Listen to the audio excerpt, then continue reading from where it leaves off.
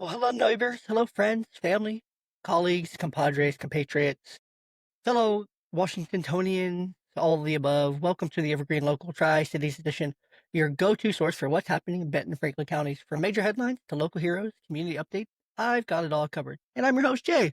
Grab a coffee or an energy drink, maybe something from Little Firehouse, maybe something from Dutch, maybe something from your favorite local coffee shop that you need a shout out here on the podcast. Send me a message. I'll settle in. Let's dive into this week's top stories. So, first thing to report on is the Tri-City Dust Devils are back in season. And it's best time of year. Baseball season is the best time of year by far.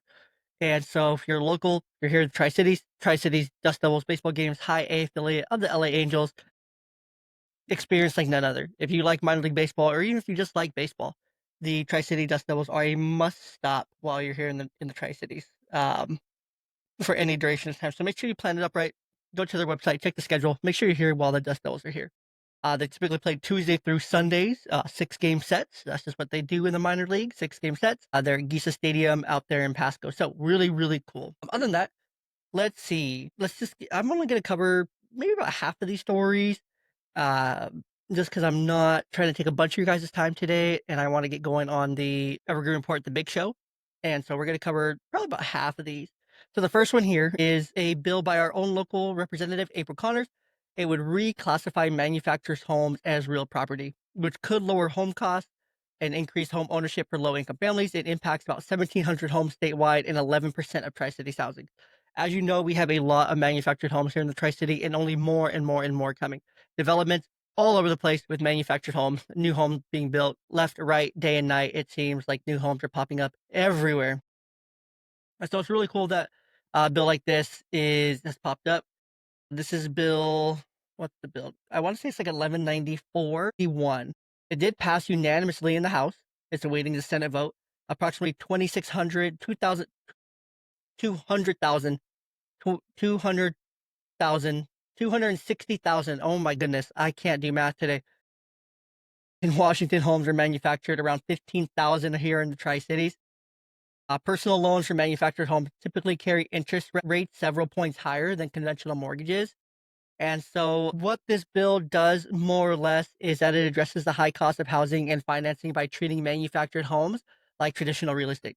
This practical measure reduces financial barriers for homeowners, provides long term housing stability, and contributes positively towards solving Washington's broader housing crisis. And so, it's really cool. I'm really happy to see something like this. I really think it helps the ordinary person to own a home, to access cheaper mortgage rates instead of the expensive personal loans, significantly reducing monthly housing payments. Manufactured home residents would gain access to home equity loans, refinancing options, and down payment assistance programs, providing greater financial security. And lower income individuals and first time home buyers could more feasibly purchase homes, helping reduce homelessness and housing insecurity. And so this is overall a really good bill. This is one of the few good bills on either side. And knowing that it has bipartisan support is kind of shocking that something like this would have bipartisan support. But nonetheless, I'm really happy to see something like this, and it just makes me feel good, makes things feel good. Let's see.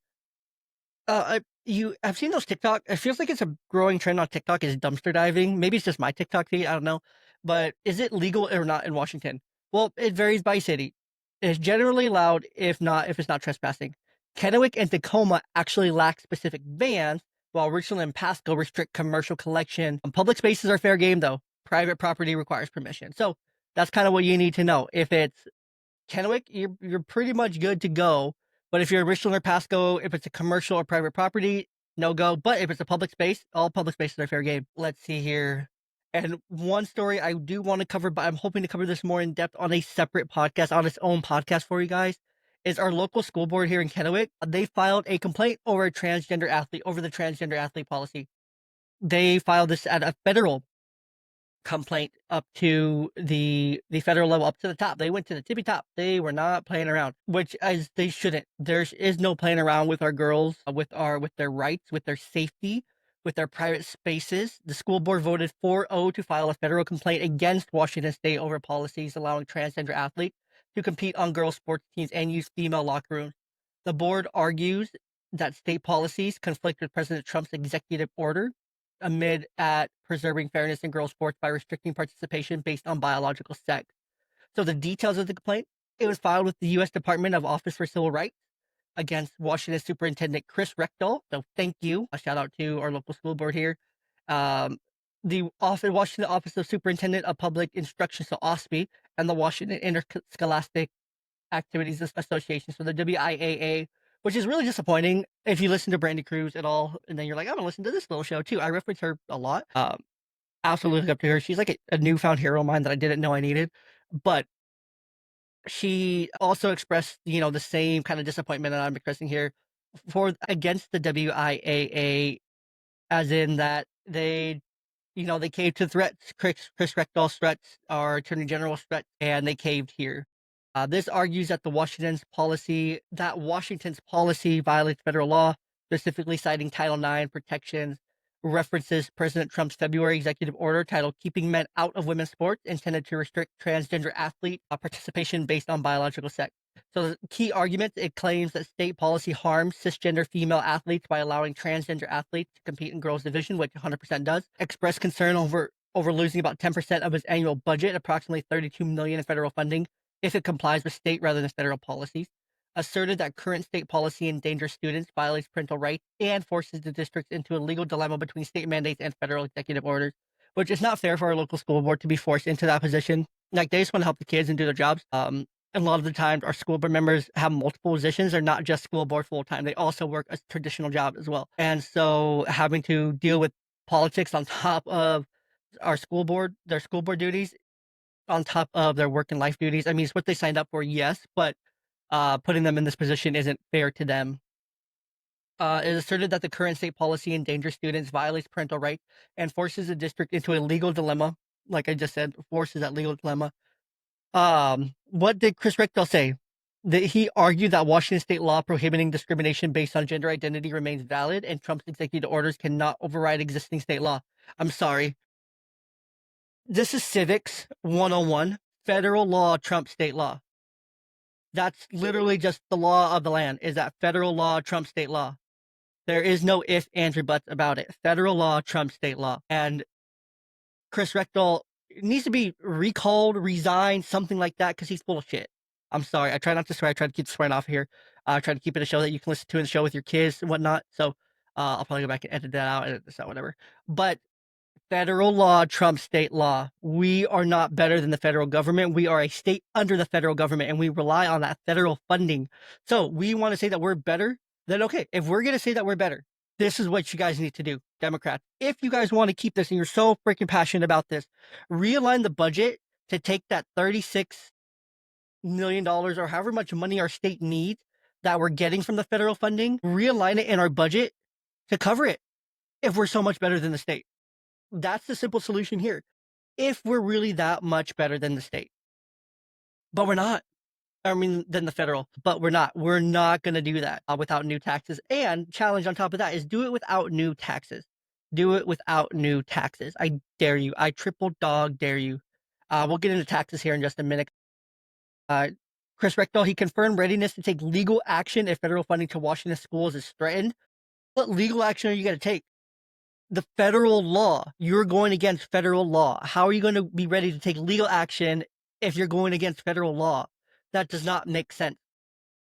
Emphasize that no federal funds have yet to be withheld from any Washington school. There's gonna happen. It's going to happen. It's gonna happen. A local impact.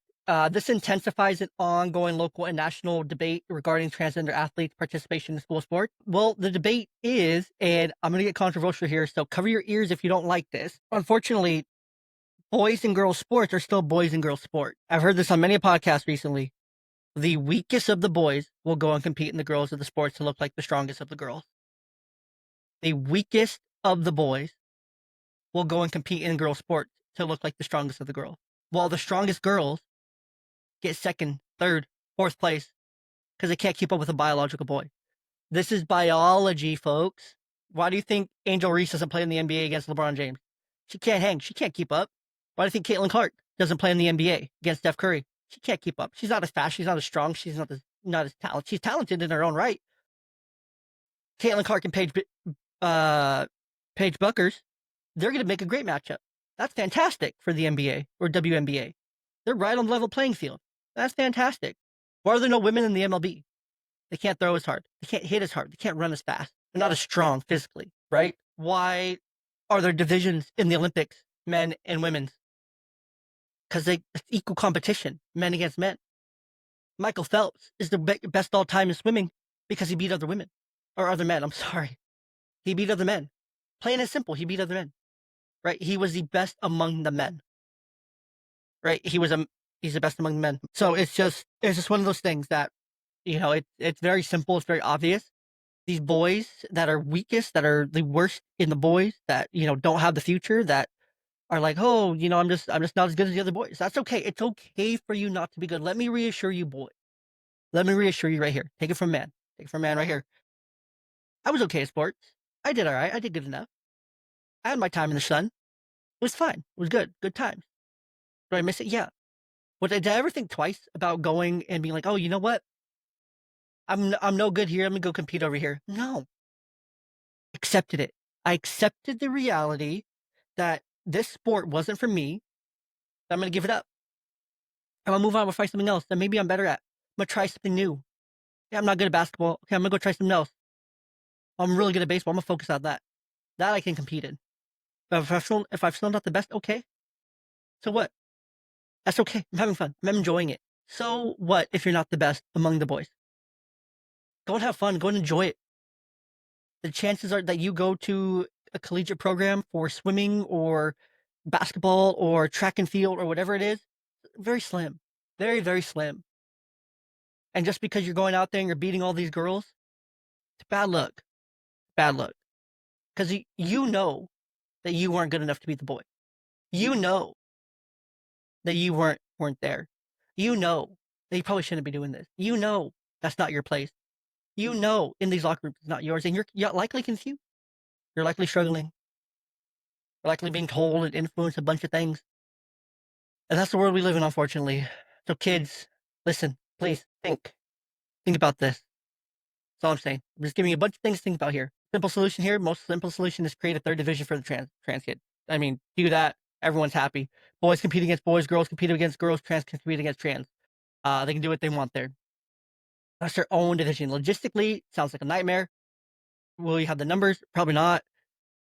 But for those that feel like they're the weak-minded, the weak ones that can't go and do it, then they can't go and do it. I'm probably gonna catch some shit for this, saying, "Oh, my son's not weak. He just, he just realized that he was this other person." Really? Did you realize that you were trying to live vicariously through him and get him into a sport that you love and you wanted to do? So you're like, what? I'm gonna put some transgender ideology in your head, right? That's not right.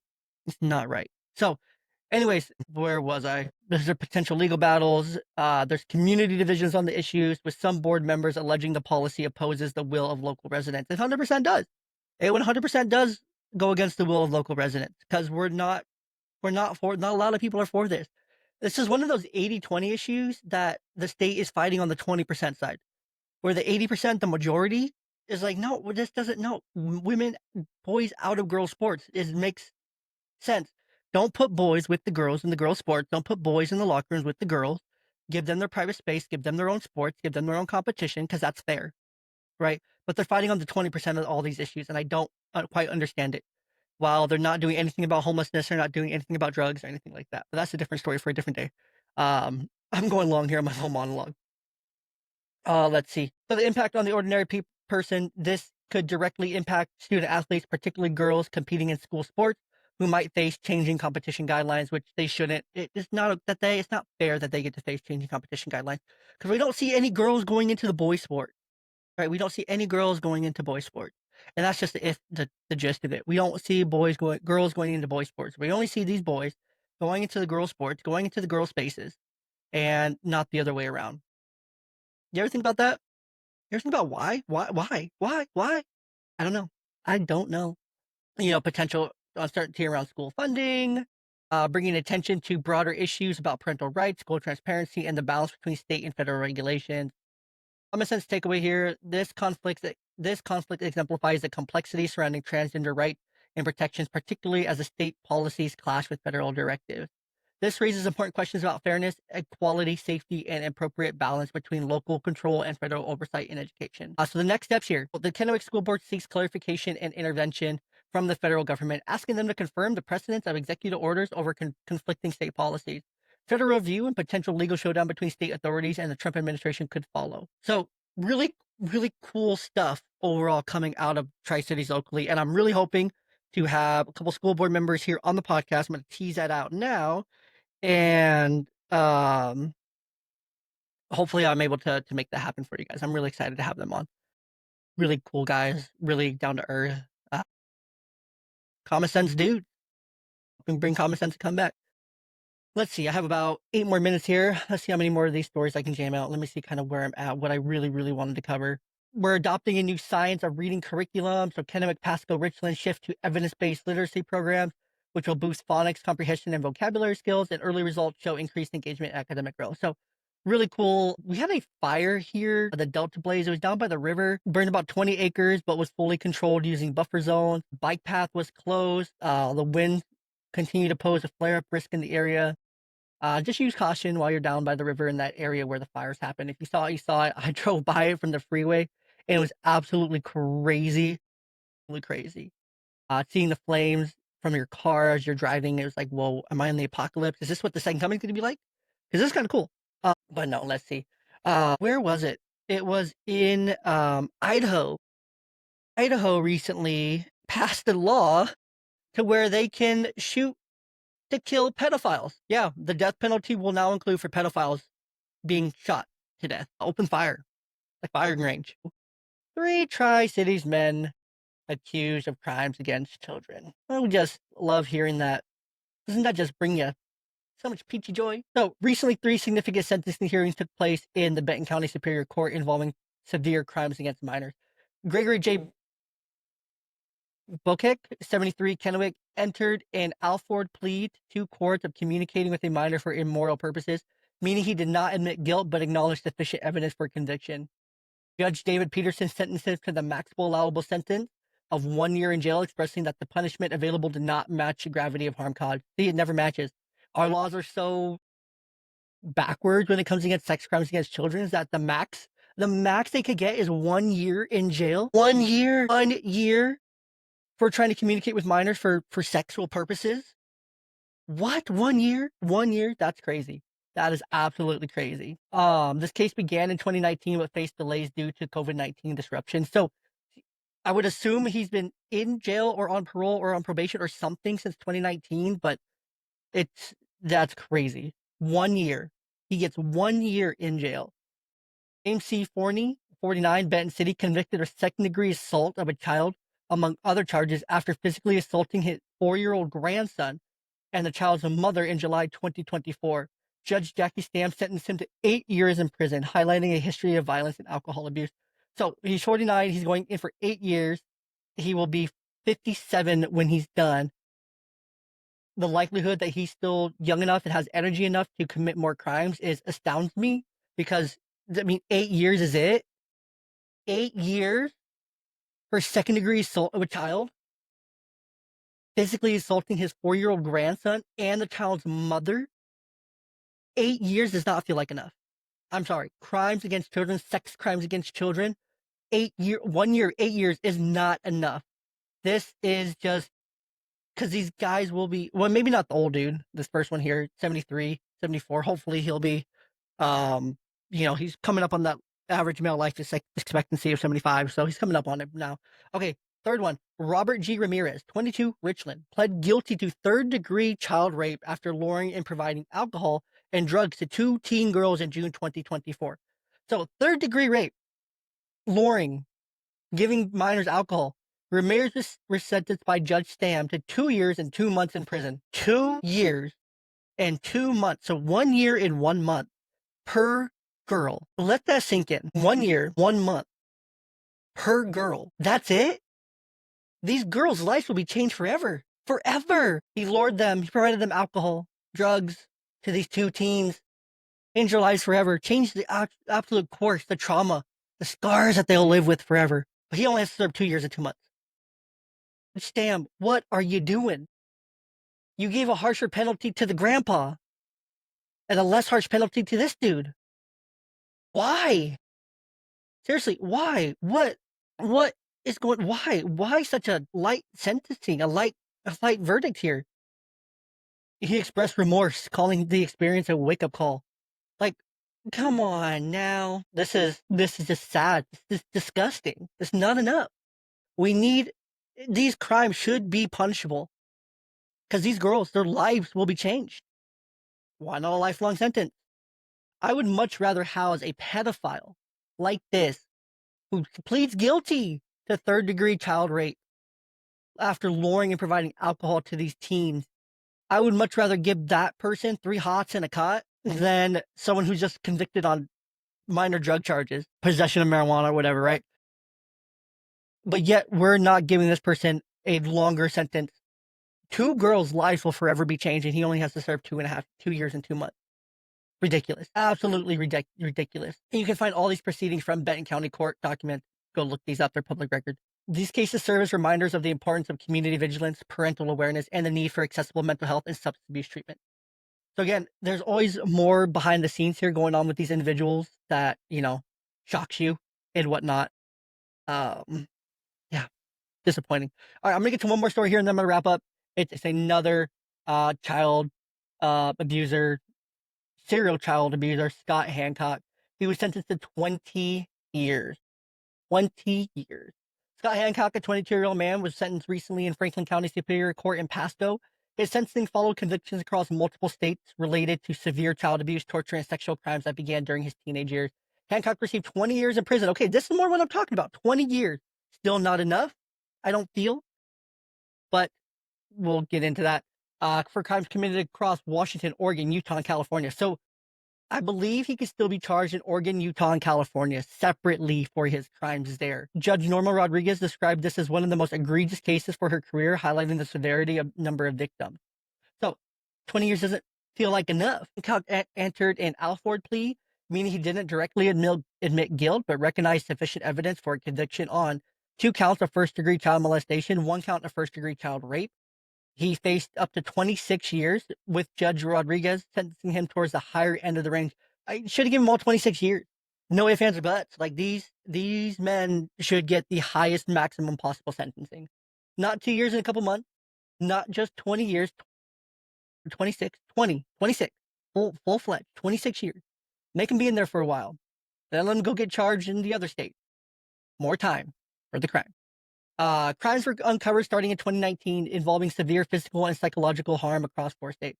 Hancock was initially arrested at 16 and legal proceedings spanned multiple jurisdictions, complicating the case and sentencing timeline. Victims' families provided emotional testimony about lasting harm while Hancock remained silent during sentencing. What a sicko. Showing zero remorse. It does not matter if you are a minor or not committing these crimes. They are still crimes. These crimes are treated as adult crimes. Molestation, child rape, crimes against children are adult crimes. You don't get to plead, oh, as a minor. No, you're not. It's not okay. Heated. I'm gonna have to end on something lighthearted here for you guys. This case underscores critical discussions about handling severe crimes committed by juveniles, balancing punishment, public safety, and rehab. It also illustrates the lasting damage inflicted by child abuse, highlighting the need for stronger child protection measures and community vigilance. All reported details, including sentencing terms, plea agreements, jurisdictional facts, and have been confirmed by Franklin County court records. So you guys can, of course, go to Franklin County, look those things up here. This case serves, again, as another reminder of the long-term child abuse inflicts on victims and communities. It emphasizes the importance of early detection, intervention, and comprehensive support for victims and their families. We should definitely believe all children, 100%. We want to make sure that we're believing them. We want to make sure that we're, being supportive of them, listening to them, asking the right questions, making the right reports, getting the right resources involved to make sure that they're protected and these things aren't happening to more children across multiple different states. And again, it's never okay to harm a child. This other story, man, so Charles R. Frederick, may he rest in peace. 7-year-old man jumped from the Columbia Bridge near the Vietnam Veterans Memorial and Lampton International Headquarters. It was around 9 a.m. on Tuesday, March 5th. He parked near the Vietnam Memorial, walked about a third of the way across the cable bridge, climbed over the railing, and jumped approximately 54 feet into the Columbia River. Pasco Fire Department dispatched a rescue boat. Frederick was approximately 15 to 20 minutes later floating in the frigid river. He was found. They performed CPR at Clover Island Marina before transporting him to Cadillac. He was pronounced dead shortly after arriving at the hospital. this just goes to highlight men. I gotta call you out here, man. We have to check on each other. Everyone, you need to check on the men in your life. Right? 67. This is unfortunately, older adults, this age are going through it. This is one of the higher risk populations for suicide, actually. So please check on them. Show that you care. Show that you're there. To make a world of difference. That's all I'll say on that one. Let's see. Fresh start, lingering concerns. The new Tri-Cities Animal Shelter. The new 6 million Tri-Cities Animal Shelter in Pasco is finally nearing its opening after significant delays. This facility replaces older buildings aiming to provide improved animal care and quality of life. So, the location, 2.5 acres near South 18th Ave in Pasco, 9,600 square feet, replacing older structures dating back to the 50s, improved ventilation, lighting, and noise control, thank goodness, because those doggies get loud. Expanded from 70 to 77 kennels, 26 cat condos, so 52 cats, 8 distinct dog sections, and 4 fenced outdoor areas for exercise, so that's great for our little doggos. Dedicated meeting spaces for prospective adopters, veterinary exam room, and improved street access. That's lovely. We love that. A modern design focusing on physical comfort and emotional well-being for animals. We love that. Despite improvement, some animal advocates and community members express concerns, saying that, of course, not enough. The Andrea Moreno from Mikey's Chance says 70 kennels aren't sufficient to support 3 growing cities. Lack of outdoor access. Activist Judy Nelson and others worry that the absence of outdoor kennels could negatively impact the mental health of animals, especially aggressive dogs that may not be safely walked. Concerns about kennel stress leading to behavior issues for sheltered animals. So valid concerns, but this is a huge improvement against what we already have. 4 fenced outdoor areas for exercise. Good stuff here. What's good? Activists will always have problems. It's not enough. There's not enough outdoor space. All these kennel concerns. I'm not a vet. I'm just an activist, kind of thing. Whatever. Lots of delays due to difficulty in settling on kennel designs and installation. The kennel quotes were over budget, delaying the opening from the initial target of December 2023 to January 2025. The shelter was involved in controversy under former operator Neo's Nation, which faced allegations of animal cruelty. So the Humane Society, Benton Franklin Humane Society, took over. There was dogs being neglected. Hundreds of cats believed to have been hidden. Pasco took direct control, managing operations alongside Kennewick and Richland. So they all kind of came together for this one, which is great. Neo's Nation staff are awaiting trial on animal cruelty charges. So that's, justice here. Rebecca Howard, the director, office manager, Justin Hernandez faced 48 counts of animal cruelty. Their trial was set to start in December. I wasn't able to find any updates on that. But, good things here. The animal shelter's coming along. Things are plugging along. Things are getting better there. I am over time here. Yeah. Anyway, so you can join upcoming meetings by just going to Benton or Franklin County, wherever you live. Go and look at their calendar for upcoming meetings. You can join those meetings remotely or in person. You can be there for the commissioner meeting, school board meeting, behavioral health committee meetings. You can be there for all of it and take part in it. So it's really cool that you have that opportunity. Of course, consider supporting local shelters, food banks, youth programs. They all could use great volunteers, great people. Highly would recommend going and supporting an organization like Big Bro Joe if you're able to, man. I think that would be a great place to start to make an impact on our boys' lives as they need more strong male influences. If you have a story, tip, or a local hero to nominate, reach out. We'd love to feature them. I didn't get to talk anything about Governor Ferguson, but I'll talk about that on the big show. So until next time, thanks for tuning in to Evergreen Local Tri-Cities Edition. Stay connected, stay engaged, and remember, your voice shapes our community. Until next time, stay safe, stay informed, and stay evergreen.